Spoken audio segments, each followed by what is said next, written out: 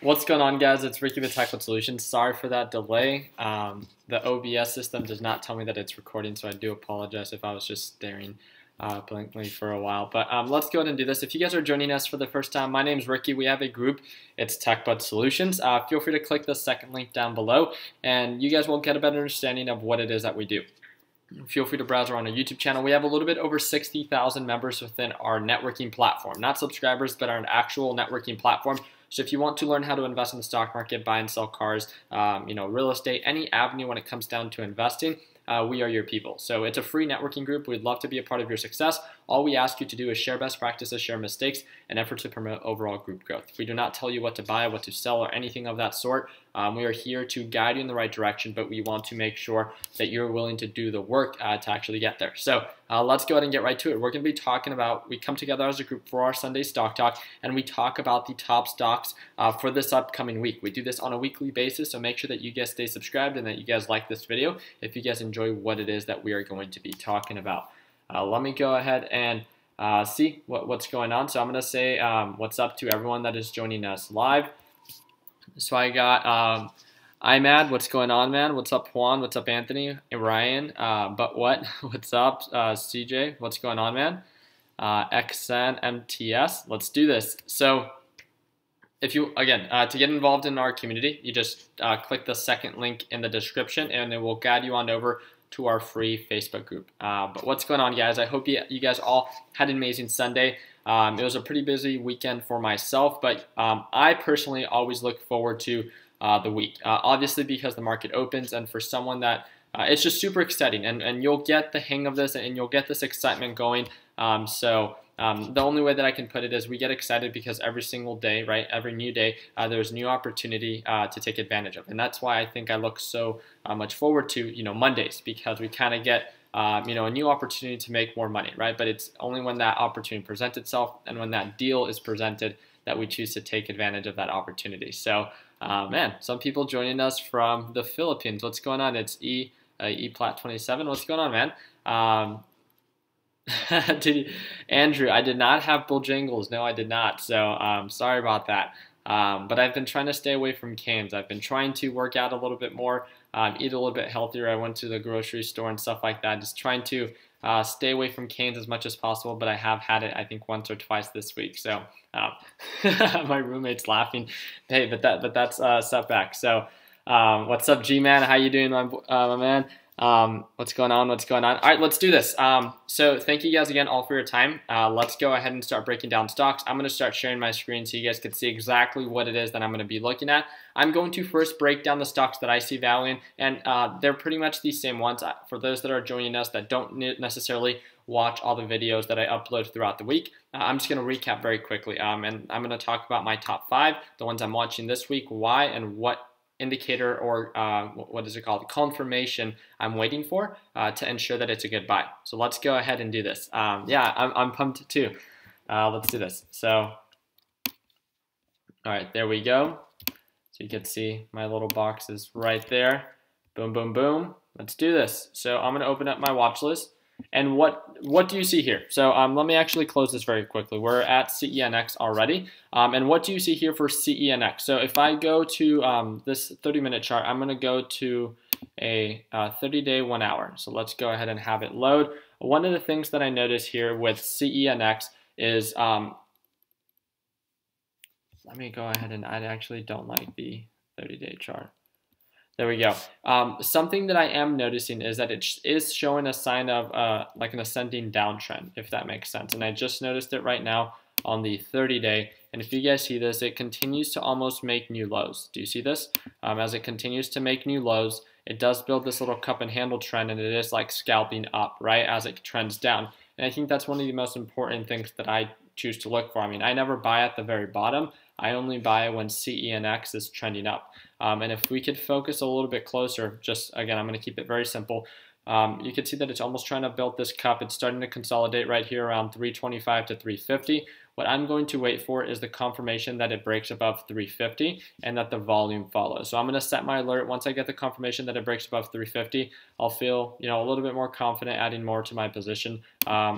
And choosing to sell at the resistance at around $14. It doesn't offer huge margins from $13.50 to $4, but as a day trade, because that's what I'm going to be trading it as, is 3.77%. So if I'm trading with $10,000, an extra 330, an extra 300, almost $400 isn't too bad, right? Especially with that percentage return. So you just really have to ask yourself, is this worth the investment? Is it worth the risk? And what confirmation are you waiting for? So that's my breakdown on CENX. I'm going to set my alert there, and then we'll have a better understanding when the market opens on how that thing is playing out. I'm going to go down the list real quick and talk about the ones I see value and the ones I don't necessarily. AMD is still trending down, not one that I see huge value in. UGAS. This is gonna be the week for either UGAS or DGAS. I'm going in the way of I'm paying attention to DGAS, and I took a position on that one because of its continuous uptrend confirmation that it's been showing. For UGAS, it looks good right now because it pulled back and then it started to we called out the we do this, we trade this one so often. That's the thing. We called out the previous support at $8.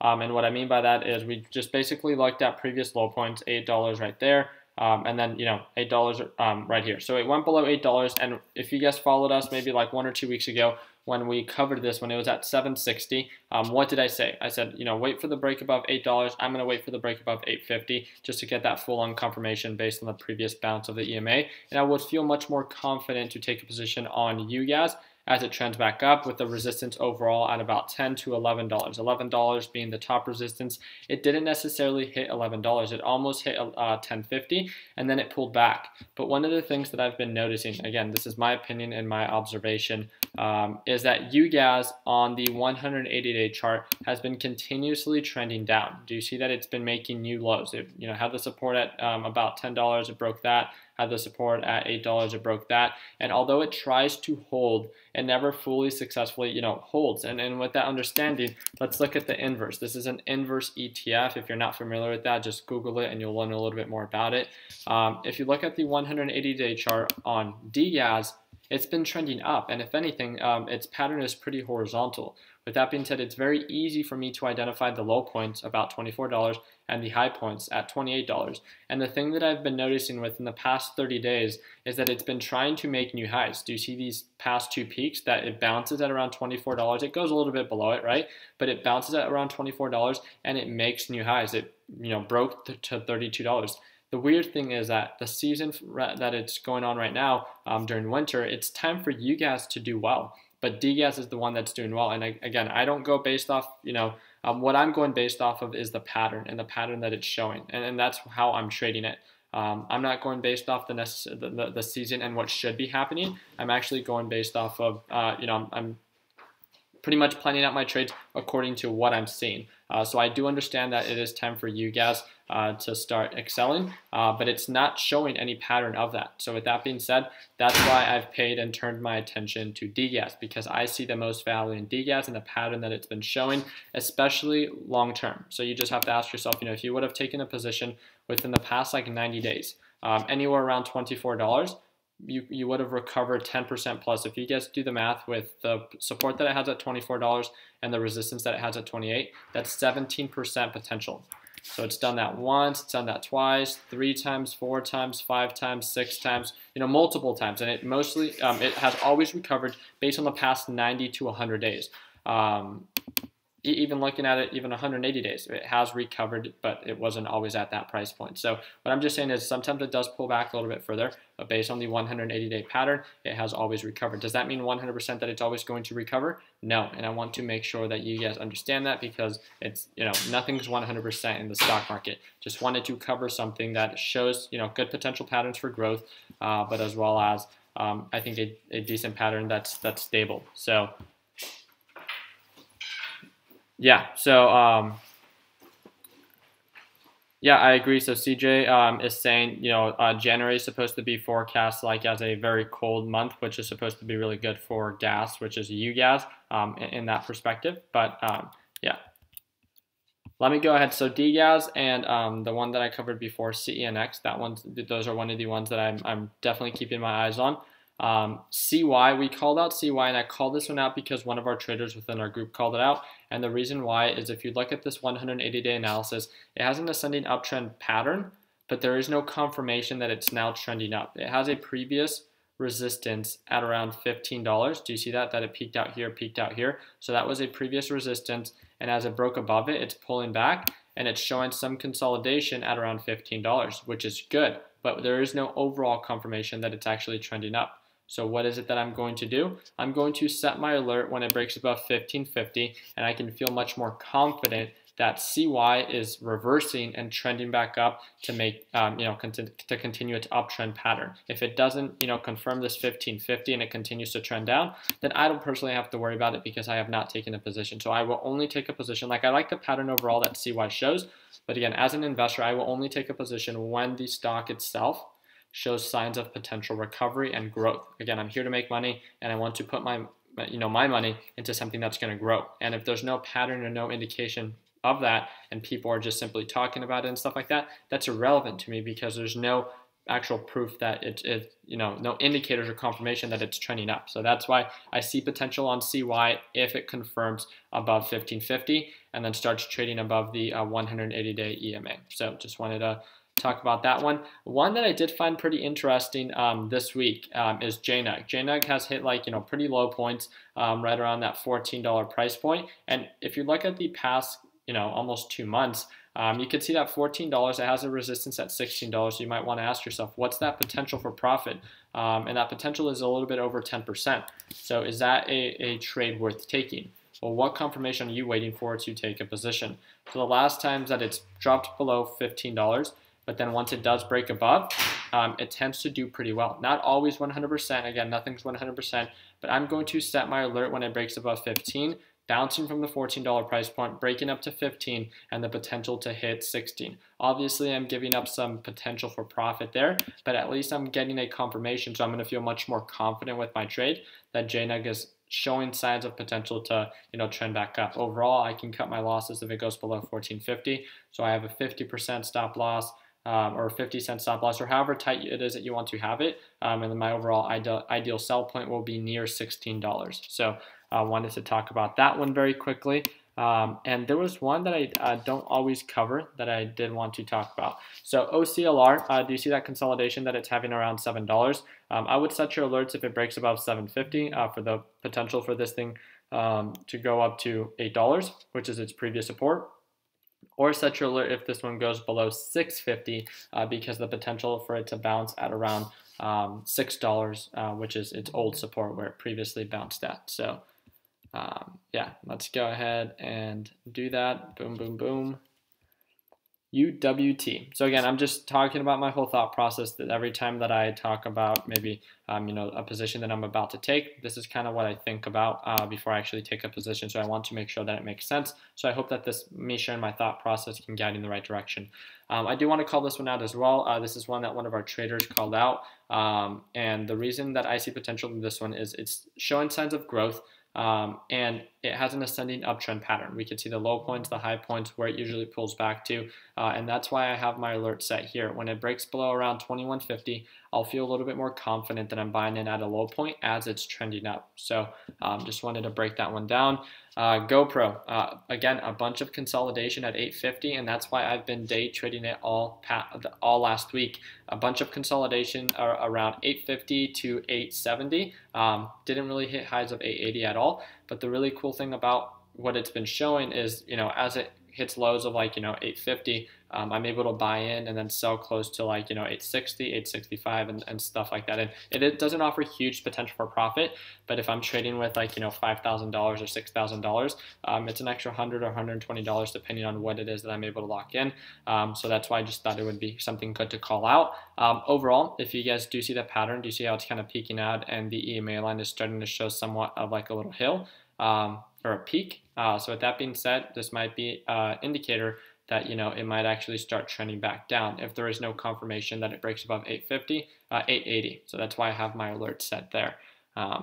And XXII, same thing there, a bunch of consolidation around like 8:30 to 8:45, no action going on there. So last week was a pretty productive week because a lot of the stocks that we were calling out were playing out very well. This week, unfortunately, I have a couple good calls. And again, I don't need a bunch of them to play out exactly like planned, but last week we had, I guess, more of, more to choose from. This week it's a little bit more selective, which is good and bad, right? So if they play out the way that we expected it to, great. If not, then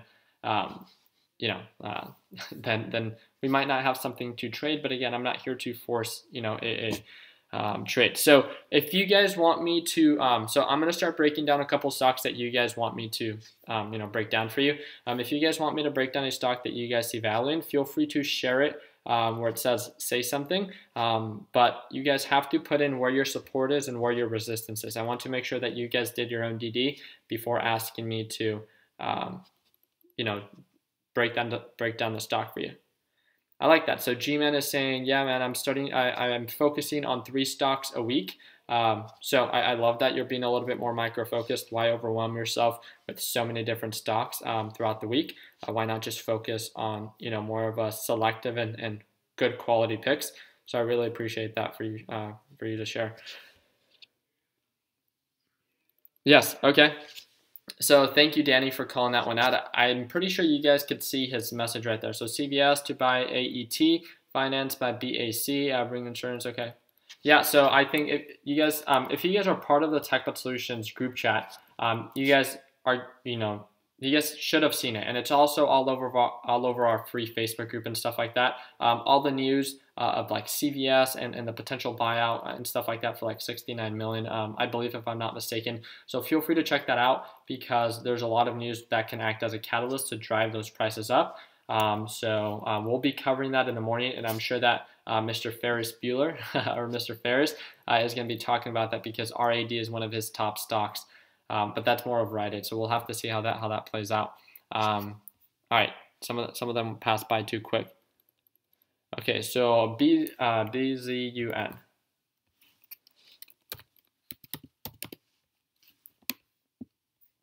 All right.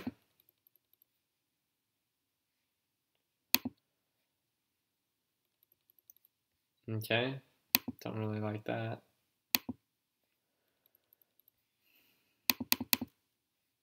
Okay, that one's a little bit nicer. Do you see the support that it had? So it had a bounce here. It did drop a little bit further below, but when it broke, it did recover, and it was trending above the EMA when it broke above $30 and continued to trend back up. Previous support here at around $30, peaked out at around 35. So 35 seems to be the first resistance as the stocks trend up. So that's really good to know, as well as $30 is a pretty solid support, but it does drop below it sometimes, as it already has. So I think one of the things, again, it's all about confirmation. What indicator are you looking for before taking a position to know that the stock is going to recover? Right now, BZUN is not showing any signs of potential recovery, but based on its previous pattern, when it breaks above $30 from dipping below as it did before, it shows signs of recovery, and it has recovered before. So based off that previous pattern, I would wait for the confirmation until it goes above $30, with the potential to go to highs of 35 based on its previous resistance. What potential does that offer? That's more than 10%. That's about almost 17% to be exact. Yeah, 17% from 30 to 35. So that's a position for me worth taking. We just have to wait for the confirmation. So I have my alert set. Thank you for calling that out. We just have to wait for it to, be patient and wait for it to perform the way that we expect it to. And if it doesn't, then we don't have to trade it. That's the beautiful thing about it.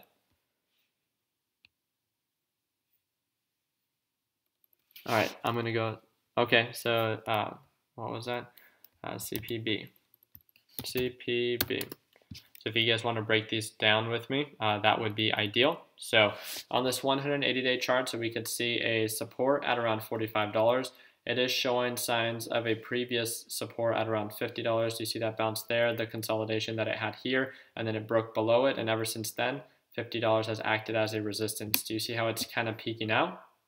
It's almost building that peak, and then most likely going to have a pullback back down to the $45 support.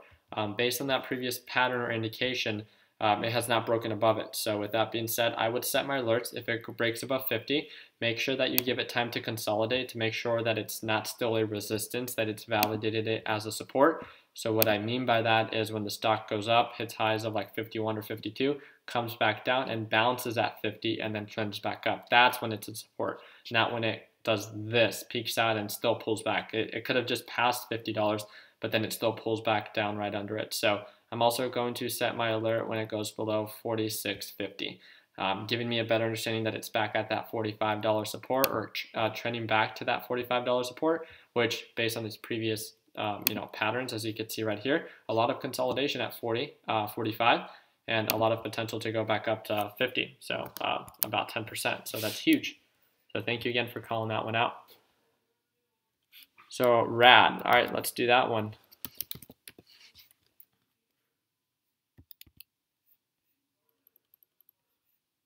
All right, so RAD does have an ascending downtrend. There's no question about that. There's been a lot of news, and that's what has acted as a catalyst for that. You could really see that the volume, obviously really peaked out. That's what drove the price up. The volume, if you can see my volume bars right here, they're definitely trending down. So with that being said, that means that, so is this stock itself. I would set your alerts as this thing starts trending back down to like 170, more of 150, and possibly continuing to make new lows. Unfortunately, I don't see much hope for RAD unless there's a potential buyout or some form of recovery that can really act as a catalyst to drive this price up. So I don't see much potential for RAD at its current state with what it is that I know. But obviously, if you did your own due diligence, then that would make sense on why you might. BCRX, thank you for calling that one out. So BCRX. Okay, so ascending downtrend, I'm going to get a little bit closer because this is a little bit of a lower cap stock. So let's just make sure that, okay, so resistance at about $5. It looks like a little bit more on the overbought side than oversold. So not in my best buy point, right, with what I normally, like to purchase these at. It has shown a lot of consolidation at around $5.23 to $5.50, and you don't just want your money just tied up there without it really doing much. So I would say a much better buy would be around $4.50 based on its previous bounces. So I would set your alerts as it bounces if it breaks below to $4.50, but also if all of a sudden it has some sudden like catalyst and it drives it up above $5.50, something that it hasn't normally done within the past 30, 40 days, and that could be huge. Just set your alerts. I just don't like the pattern for BCRX too much because the potential, it just necessarily isn't worth it for me. All right, I'm trying to go down through as many as I can, so the ones that broke them down accordingly. So CC, let's do that. Is this CC Pizzas? Wow. When I went to go visit the JR Garage crew, so like Christian, Jeff and Kieran, they loved CC's. It's a really big thing on the East Coast. I'm guessing it's like a buffet for pizzas, and it's like $5. And we actually never went, but they were super excited to take me down there. But that's funny. Okay, so something that I do see here, this is showing signs of an ascending downtrend. Do you see that? Resistance. Okay. Based on this pattern, it usually does pretty well when it breaks above the EMA on the 180-day chart. It's not something that I would trade, first of all. I would set your alerts when it would break above the EMA, it would be around like 570. So once we get that confirmation, then great, maybe we can reconsider it because it would show signs of it being a little bit healthier. But at the state that it's at right now, not too interested with CENX. I mean CE. YG 400. If you guys know who that is, that's funny. I'm sorry, that was really bad. All right, so huge pullback on YG. So this is Will Bros Group. So if you guys watch movies and if you guys are within the United States or even people all over the world, I'm sure that you guys have seen this logo for the Will Bros Group. So let's look at this. There's no question that these things are going to start trending back down. But this is pretty excessive. And the reason I say there's no question is just because, like, obviously the entertainment industry with just the movies itself being a little bit, I say there's less demand for that specific type of content, and there's a lot more, I think, volume or demand for kind of like personal content. So something kind of like this, or people that you guys actually know or follow that make movies. I think we're making kind of a transition from like just actors and more like social media influencers, because we have more of a connection with them. So I think that's why the desire to go watch a movie or more in the traditional format isn't that great. I think that this is pretty excessive. Its earnings definitely was not the best. We could see that it hit lows of $1. Wow, that's horrible. We could see that it started peaking out here at around 146. I'm going to set my alert for 150 because when it had its initial drop, it dropped down pretty hard and it did some consolidation at 150. So if you guys see this right here, when it initially pulled back, it held at around 150 and then continued to trend down. It has been trending up since then. It did pull back a little bit, so I'm going to set my alert here. Also, if it goes back to $1, might be a good price point. So I'll set my alert if it goes below 113, since it had a support at around like 111, 110, or 114. So, but yeah, I do see potential here. So thank you for calling that one out. I think that this is definitely oversold, right? With huge hype and with a huge catalyst of its earnings, a bunch of investors probably pulled out, but come on, $1 for this. I mean, I don't know much about the company, so that's something that I'm going to have to dedicate time to. But I'm going to write that down. So WG support. There we go. Thank you for calling that one out. That one was good. That looks like a deal. Alrighty.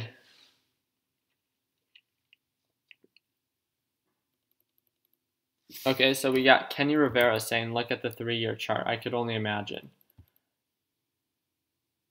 Oh, wow. Wow.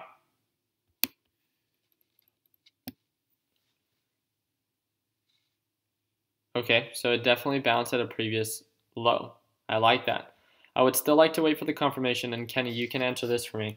It was at 150 before. I think it would be a smart decision to wait for an actual confirmation for it to start trending back up. I mean, what do you have to say about that? I would love to hear your opinion. Okay, so EGBN. Let's check that out. EGBN. Okay, so he's saying that there was false news when it came out to EGBN. So again, I don't know that it was false. I don't know that it was false. All I know is that it had a huge pullback. So that's definitely something to look at when it comes down to breaking and looking into EGBN and see if this is a potential good trade. It was trading previously at what's it called? 50. What was that? $65 to highs of 70, and overall lows of 46.20. My goodness. So with that being said, I would like to see some signs of confirmation. So that was all within 1 day. I'm going to set my alert here. Wow. And just like that, I'm going to have to end the live stream. I don't know why people are messaging me and it's popping up on the screen, so sorry about that. But just for security purposes, I think I should not continue going live and sharing my screen. I have to fix that. But yeah, what was the last stock? Yeah, the last stock was YG. So Emilio says company denies allegations. Okay, boom, boom, boom.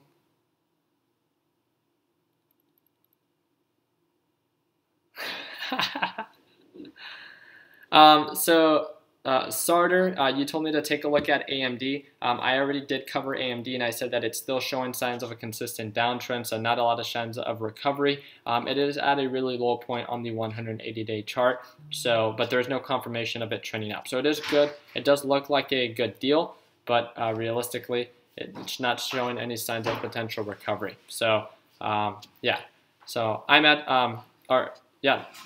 that's really just it. So thank you guys again for everything it is that you guys do. All the links are down below. If you guys want to stay connected with our free networking group, that's going to be the second link. Our first link in the description is going to be if you guys want to be a part of the lesson library. So I have a bunch of videos on YouTube. My helpful video playlist will help you answer a bunch of frequently asked questions. But if you want in more in-depth kind of like structured video lesson library, then that would be the first link. You guys can check out that link. It will tell you everything it is that we offer and stuff like that. So I hope that you guys are all super excited for this week. Continue working hard, continue following your dreams, let your passion be what drives you in your success. I hope that you have an amazing week, Tim, as well. And just keep it simple. Only invest in what you see value in. Don't invest based on other people's opinion. If you're taking a position just to take a position, then that's not a good best practice based on my experience. So make sure that you're selective with what you invest in. You've worked hard for your money, so make sure that it works hard for you as well. And make sure that you manage your risk, right? So like always, guys, let's make sure that we end the year on a green note. I hope that you guys all have an amazing week. Take it easy.